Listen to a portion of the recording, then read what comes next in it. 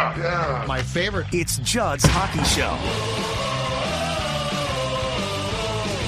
We open this episode of Judd's Hockey Show by reminding you the Wild has lost a bunch of very weird, mostly at home, one-sided games, 7-1, 6-1, some really, really big clunkers. AJ, can I submit to you that what we saw in Utah last night was the biggest clunker of them all? I think that's their worst game. In recency bias, you tell me, I think that's their worst game of the season based on a few things. I'll give you one. I don't think I've ever seen Brodin and Faber look worse than they looked last night. They were atrocious. Well, the thing is, I think the thing that feeds into that, Judd, and we were texting a little bit about it, was Faber looked exhausted. Brodin to a point too, but they both just look tired. And their game is about like that relentless, like feet are always churning. And when those feet are churning, guess what? You're out of position and then people are left wide open. You don't apply pressure. And there was a specific goal where I texted both you and friend of the show, Jesse Pierce. And I was like, if you can rewind this and watch Faber, because it was just kind of like it was like a squirt, kind of just like, okay, I'm going to drift over here and then I'm going to go across and up top. And now the guy who I'm on up top, he has the puck. I'm not going to really apply pressure. And then now I'm out of position because now somebody on the far side down low is wide open. We're going to pass to them. And I think it was Nick Schmaltz shot goal. It was bad. And granted, that came probably after a longer shift than expected. Marco Rossi eats it, can't get it out of the zone. Big shock. You don't clear the zone. That leads to a goal. When have we seen that before? But recency bias, I can't. I think, yeah, you're probably in a sense right. There's got to be like another clunker earlier in the year because they've had a couple games where you're like, what is this hockey team?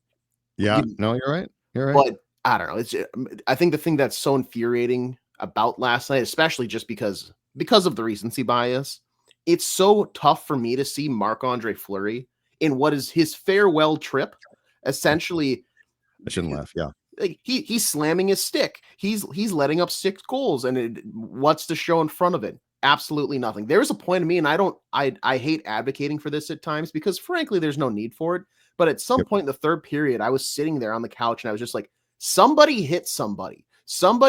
Like Trennan, Foligno, somebody dropped the gloves again because there's like, you put a stop to this. Say, we're not just going to like lay down and go in the feeble position, but it seems like that's all the Wild wanted to do last night. There was a couple rushes up ice that showed a little spark, but mostly a team in Utah that I feel like is very bland, very vanilla. The way they play their style of game is not there's no fireworks to it.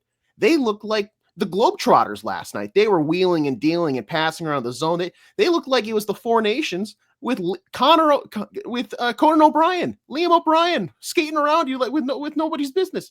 He's got the same amount of goals as you and I do this season, Judd, and he's out there razzle-dazzling around the Minnesota Wild, and I get it. They're missing some pretty key guys. You're still a professional hockey team. There should have been a better performance last night. It was really, really bad. Clayton Keller, a goal and 4 apples. Nick Schmaltz, to your point, a goal and 2 assists. So I'll start. Keller had last night circled after being left off Team USA. Well, I saw that, but he didn't get left off by John Hines. Like Bill Guerin. No, yeah, yeah. I guess I don't know. I thought the Wild played so. I thought the Wild played so crappy that I don't know. Like, here's my problem too. There's a bunch of problems off last night, but my other problem is this. So you have, Faber looks exhausted. That's not good, especially about 2 days after I declared he never looks tired, but he looked absolutely gassed. Brodin, I don't think I've ever seen have a worse game in the regular season. He's had some playoff clunkers, but I don't think I've ever seen. I mean, he was literally a turnover machine last night in his own end, which was incredibly destructive. And here's the other concerning thing. The rest of the team looked exhausted. How is this possible? You were all in Cabo. You were all on golf courses. You were all on beaches. Like, how do you come out there? And you know, if it was a back-to-back, so that they play the Avalanche in Colorado tonight. If it was the second game of a back-to-back, I guess you could say, well, it's the second game of back-to-back. Of course they're tired. But they looked the entire team looked absolutely exhausted. I mean, I don't know where to start. The other thing too is and I believe this to be the case, when Marcus Johansson is your best forward, which he was last night, and he got a promotion over Boldy to the first line, you're screwed. Because it's not like he played great. He just decided, I'm going to work a little bit, and he became their de facto best forward last night. And I just that to me did not feel like an ordinary loss. That did not feel like well, we just came out, you played that game against Detroit on Saturday. First game back for the break. You came out, you didn't play great, but you came back and won, and that was in Detroit impressive. Mm-hmm. And then you pissed the game away on Tuesday. Okay, that's not great. It happens. It's at home. Don't like it. But we've seen that before from this team already. Yeah. So. But then last night you roll over, and again, guys, for the most part, guys looked absolutely gassed. And I have no idea, they had 2 days off. Mm-hmm. They've now lost 3 consecutive games to the Utah Hockey Club.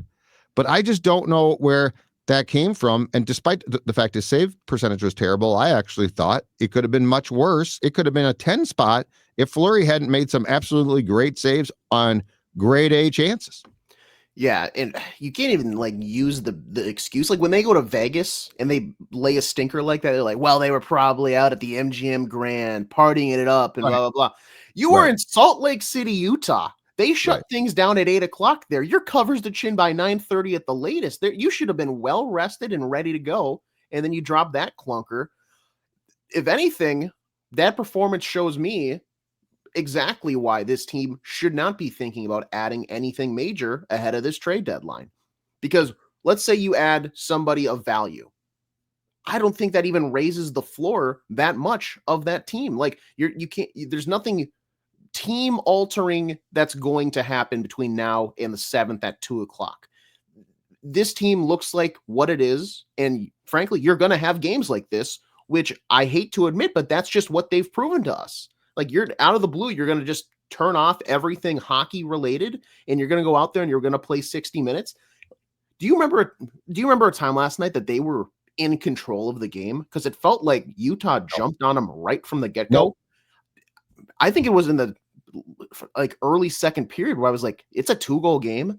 I have no faith that they can score 2 right now. Yeah, and when Gaudreau scored the goal to make it for a brief period of time, and it was very brief, a 1-goal game, I still don't think they were ever even remotely close to being, to use your term, in control. Yeah, I mean, and that was a massive defensive breakdown. It was kind of a weird broken play at neutral ice, and it was a good pass by Boldy to Gaudreau, who was in speed. Make that pass. Yeah, he can make that bad, and that's exactly what he did. But he was able to walk in with zero pressure, make a nice move. Credit to Freddie Gaudreau on that, and bury it. But the problem there that we've seen from this team at times is, okay, you just worked hard, you got a little lucky, and you got fortunate, and now the deficit's 1. This is where you should really turn it on. All the energy that you haven't been using and you've been getting outworked so far, now you should turn the tables. 30, 60 seconds later, hey, nope, just kidding. Now we're going to actually get scored on again. Sean Dursey gets his first of the year at 17:50 of the second period. We're going to go back. Yeah. Just came back. Yeah, just piss it all away. Right again. And then after that, it was just a clown show. So not a lot of positives. I think we can agree that can be pulled from last night's performance. And then, so as we just talked about briefly before, they come back and they play the Abs tonight. Now, the last game that they played in Colorado, they actually won that game. I think that was that really impressive win. In fact, that's probably one of their top 5 wins of the season. But here's my concern, Age, and this is why I tend to agree with you on not making, and we've discussed this before, any significant moves by next Friday. And it's this: you just don't have the horses. You don't have the goal scoring anymore. And we have no idea when guys are coming back. We have no idea if they're coming back. And Kaprizov has now missed so much time. I don't think that you can guarantee me he's going to come back, and be Kirill. Mm-hmm. I have no clue. And So with all of these things at work, yeah, are you going to go out? I mean, you might go out if you make a significant trade and get a guy that can put some pucks in the net. Well, that's great, but he's not Kirill. And, Ek is a huge loss. So I guess you could go out and try to replace him. And it sounds like what's broken? It sounds like it's a leg or foot.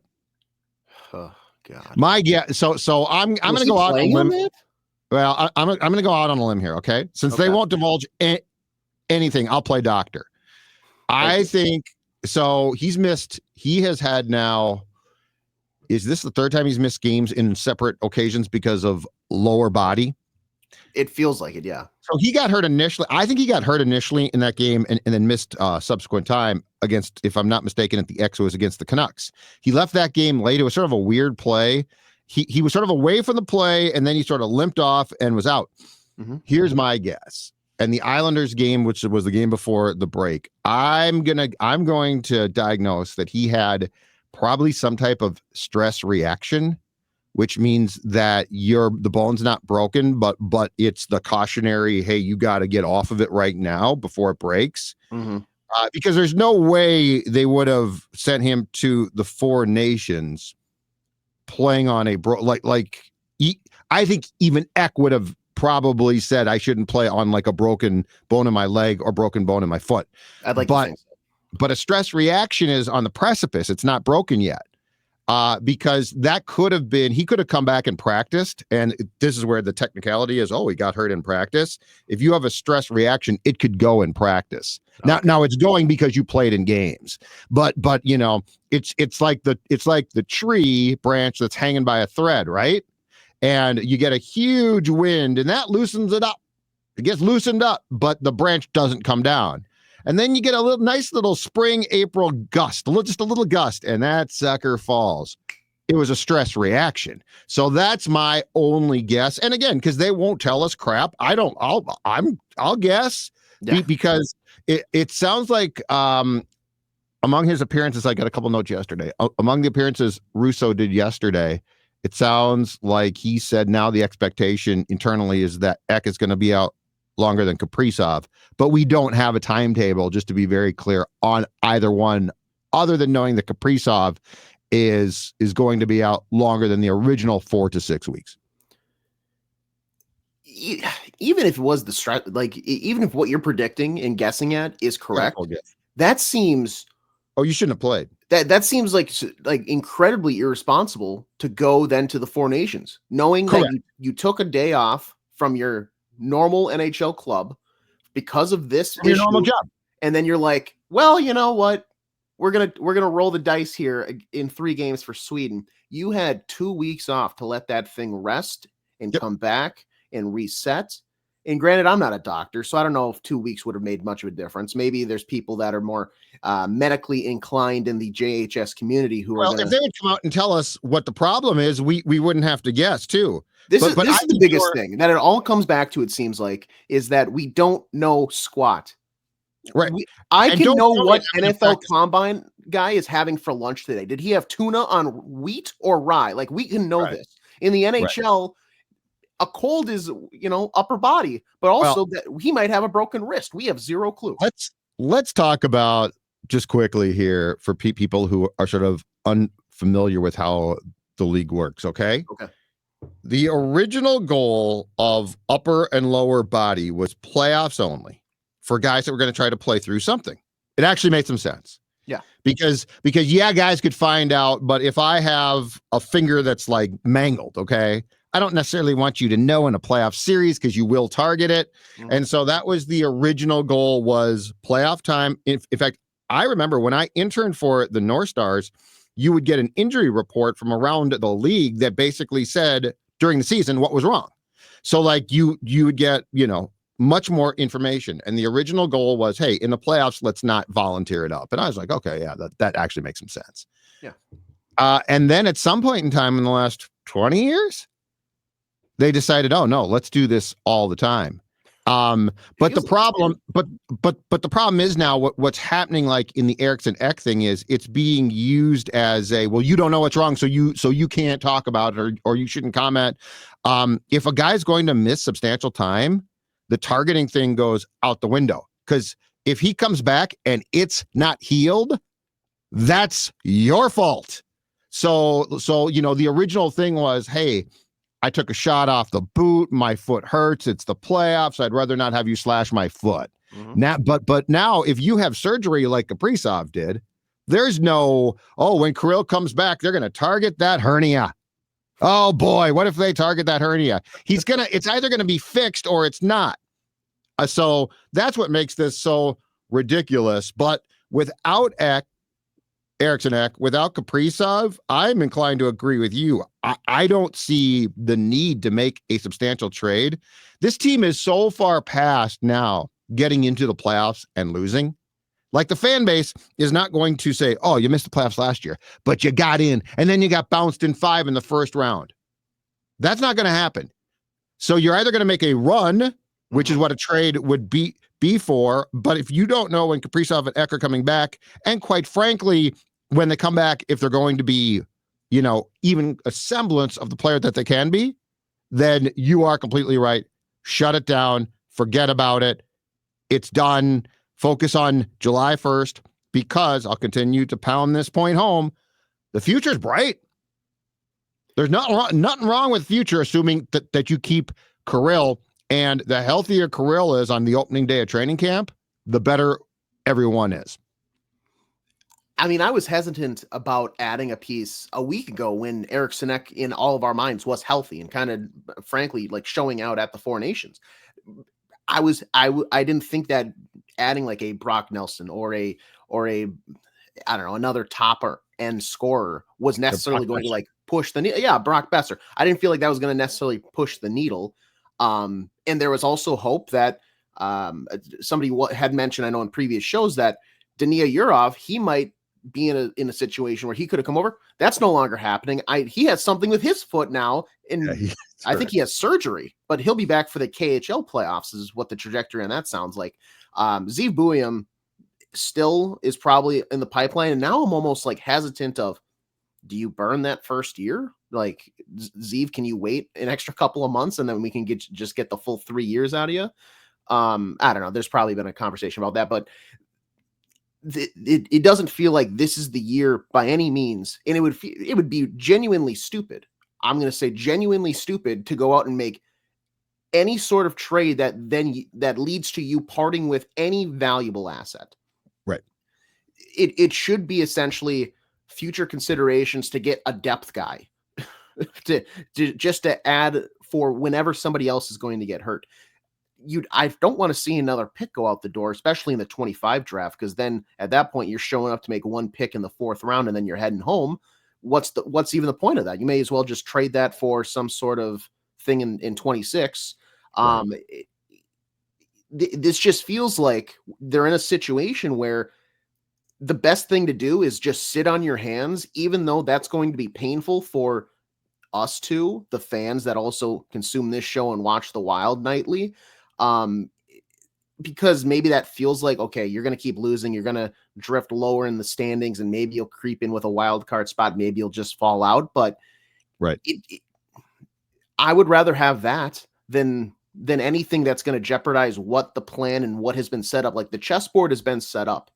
Just because you have now your knight and your king, I'm not a huge chess guy, they're now out for a considerable amount of time. You don't just say, let's forge ahead and make a trade for a different guy.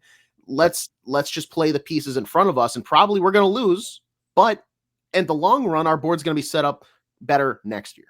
And where you're compromised too now is this. If you're saying, well, we're going to make one trade, we're not going to make two trades, and we don't want to keep Eriksson Ek and Kaprizov on LTIR if we don't have to, because we prefer that they come back before the playoffs in play. That makes even less sense then, because the whole reason, like, if you were going to go make deals, the whole strategy should be the Vegas Golden Knights, right? Mm-hmm. Kirill and Eriksson Ek, you're not coming back till the playoffs start, and we're going to game the system. We're going to go get 2 guys. Yeah. So, like, I just don't see any real good solution here that's going to end with a Stanley Cup. And yeah, I mean, Brock Nelson's a guy it sounds like they love, but don't give up anything for him. If he wants to come home, like if you're intent on, and I'm not even sure that's the best move, but if you're intent, just do it on July 1st, right? Mm-hmm. So I don't know. By the way, I looked up on Russo's account here on Twitter. It looks like Daniil Yurov underwent ankle surgery. And so he will be back for the KHL playoffs. Got a couple more things, Age. But before we do that, let's talk about something happy because the weather's been gorgeous in town this week. Let's talk about how you can get that golf game of yours going so it can be peak when you hit the course.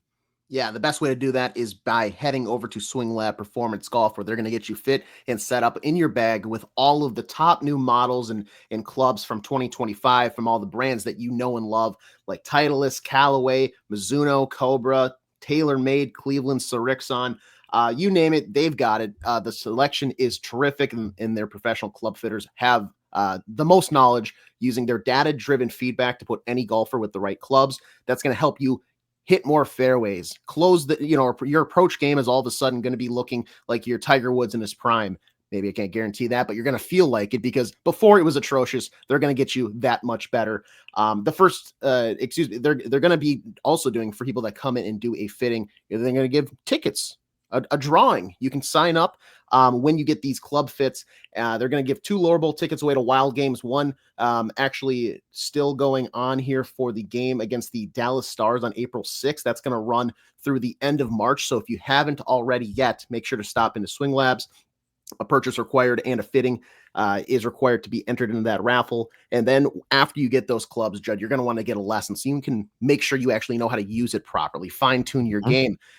And with golf season around the corner, you have to get in there to Swing Lab Performance Golf. They have PGA certified instructors to help any golfer's game. Individual one-on-one lessons are available. Maybe you and some buddies, 2 to 4 groups. They're able to handle multiple people at a time.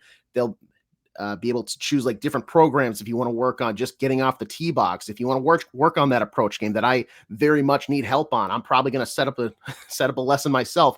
Make sure to check them out in Lakeville or go online to swinglabperformancegolf.com or give them a call at 763-453-5892. That's 763-453-5892. Swing Lab Performance Golf. All right. So as far as I'm concerned too, we're talking about the weaknesses here and things that need to be corrected. And some of these things are going to have to be corrected for 2025 and 26. Can we all admit, and I don't think that this is a big step for me to say this, can we all admit that the off-season changes to the penalty kill didn't work? The penalty kill, I'm looking at this right now, it is second to last in the league. Detroit is at 70% kill. The Wild is at 70.9%. They are second to last. They're 31st. You fired coaches. You supposedly John Hines, Jack Capuano, who was hired as an assistant. It was all hands on deck, right? To fix the PK, which was, by the way, atrocious last year. Can we just all admit that you got to go back to the drawing board now? Because clearly, this has not worked or even come close to working. No, it hasn't. And the funny thing about that, what you said, is that I know just because the Wild had played games in back-to-back settings, essentially against the Red Wings, it was touted on the broadcast like every time the Red Wings went onto the penalty kill, oh, well, this is like a historically bad penalty kill. And if the season ended right now, it would be like the third worst all time over the last, since the telephone has been invented. You just mentioned it. The Wild are 0.9% higher in success rate. That's how bad this team is right now. Something has to change. I tweeted something last, and granted, it was a 5-on-3. But I was like, that quick, huh? It was 16 seconds into the power play. And I got a reply that was like, how has somebody not lost a job over this yet? They did. That's the thing. They did last year. They did last year. I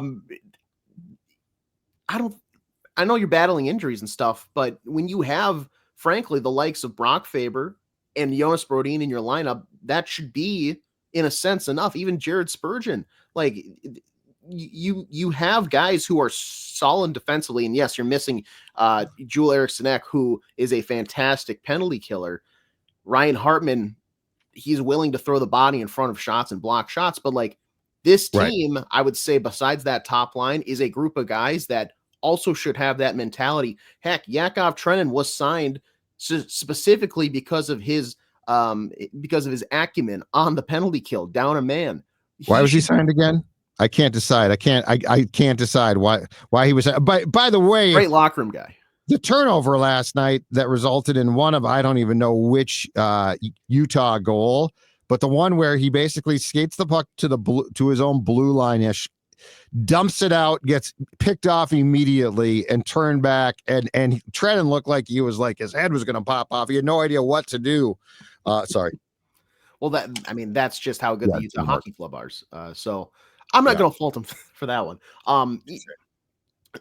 There's something has to change. So, like the fact that there has not been a massive overhaul, and that frankly, I know your head coach was off and your GM was off at the Four Nations, but the coaching staff, given the power play and penalty kill numbers, shouldn't have gone anywhere to any beach, to any nightclub during that 2 weeks for Four Nations. They should have been in front of a whiteboard, looking at film, reworking how that happens, so that when you come back, you can implement something. It seems like they're just making. I know they are, because we've seen it. They're making changes, but the problem is change after change is unsuccessful. Is it the personnel? Is that the issue? Is it like, well, I frankly don't know.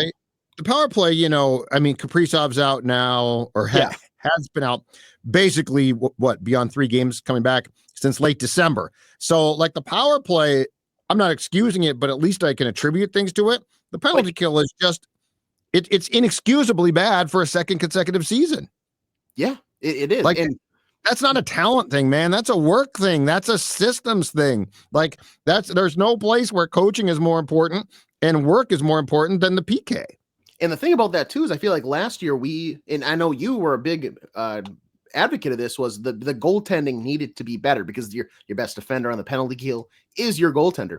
Right. I think and correct me if I'm speaking for you incorrectly here, but I think that the goaltending has been just fine on the penalty kill, and most times, like, it's the 4 guys in front of the goaltender, sometimes 3, depending on if it's 5-on-3. But I think the goalies have been, in a sense, just fine for what they're supposed to do and their role. It's not like they're letting the juiciest of rebounds, but last night, you saw it just being left out to dry. And granted, I think the first goal maybe bumps off Brock Faber's skate. Sometimes you're just going to have that because you're planted out front. They're going to use you. But the lack of just hard work and like sacrificing your well-being at times to make an extra last grasp, that extra stride to close out the puck carrier and make them feel a little more suffocated, so they potentially rush a pass that can be picked off and cleared out of the zone. You're seeing that as a failure night after night. And 70% is just abysmal. 70.9%. Sorry, 70.9%. 71%, man. Come on. It's just abysmal. You are having a historically bad penalty kill, and it seems like there's zero fire for when this team, because it's not like at times, especially when like Ryan Hartman's in the lineup, when Zach Bogosian, like, it's not like they're the most disciplined team. You go to the penalty kill often enough to where this should be solved. The fact that it's not this point of the year where you have 20 some odd games left is incredible. Well, just get to like 15th for goodness sakes, just get to 15th. But you're right. They did. The whole Trenton thing was in part, he's going to help us. Like, name one thing that Trenton's done well. Name one thing he's done consistently. Name one reason why this guy was signed to a multi-year contract. I can't give you one reason why. And look, occasionally he does something good. He definitely, I think the guy's got some, I mean, not a lot. I think he's got some skill. I think he can, but he doesn't apply himself. Johansson's the same way. That guy's got skill. Johansson has skill. He just got no want. And like last night, he comes out and he's trying, so he gets promoted to the first line, which to me was an indictment because the rest of the team was playing so bad. It's like when Marcus Johansson replaces Matt Boldy on the first line, you are screwed. Do you think that's reflective of the coaching staff or certain leaders in the room, to where some guys, and it's very apparent, it's very clear, a new guy on the block who just signed a multi-year contract with the team, a guy who is heading into, I want to say, like, this is his final year of his contract and what should be a pretty show out, hey, look, I still want to get a considerable amount of money next year when I sign wherever. When you can't get those guys motivated to compete on a consistent level, night in, night out, right? I think that something is there. Like, is it the leadership? Is it the coaching? Who needs to light a fire? Because now they're not doing it themselves. They try occasionally, but I think the problem is the fire goes out consistently. I mean, the Trennan problem is very simple. You never sign him. You just don't sign a guy like that. Mm-hmm. And I saw, the worst quote I saw was from, I think it was from Hines, because Trennan had he had one or two good games. I might have been right before the break, or it might have been the Detroit game after. I don't remember. It was right before, because I remember I was going to do a whole bit where I was going to say something nice about him, and I totally forgot it after we stopped. Okay. And then Hines comes out, because Hines coached him with the Predators, and talks about how Trennan has around this time of year, playoff time, he steps up and has some good. It's like, that's the biggest indictment you can give a guy. That means the rest of the time he doesn't care, and he applies himself in the playoffs. That used to be more of a thing, but now the game is so fast, and so points are at such a premium.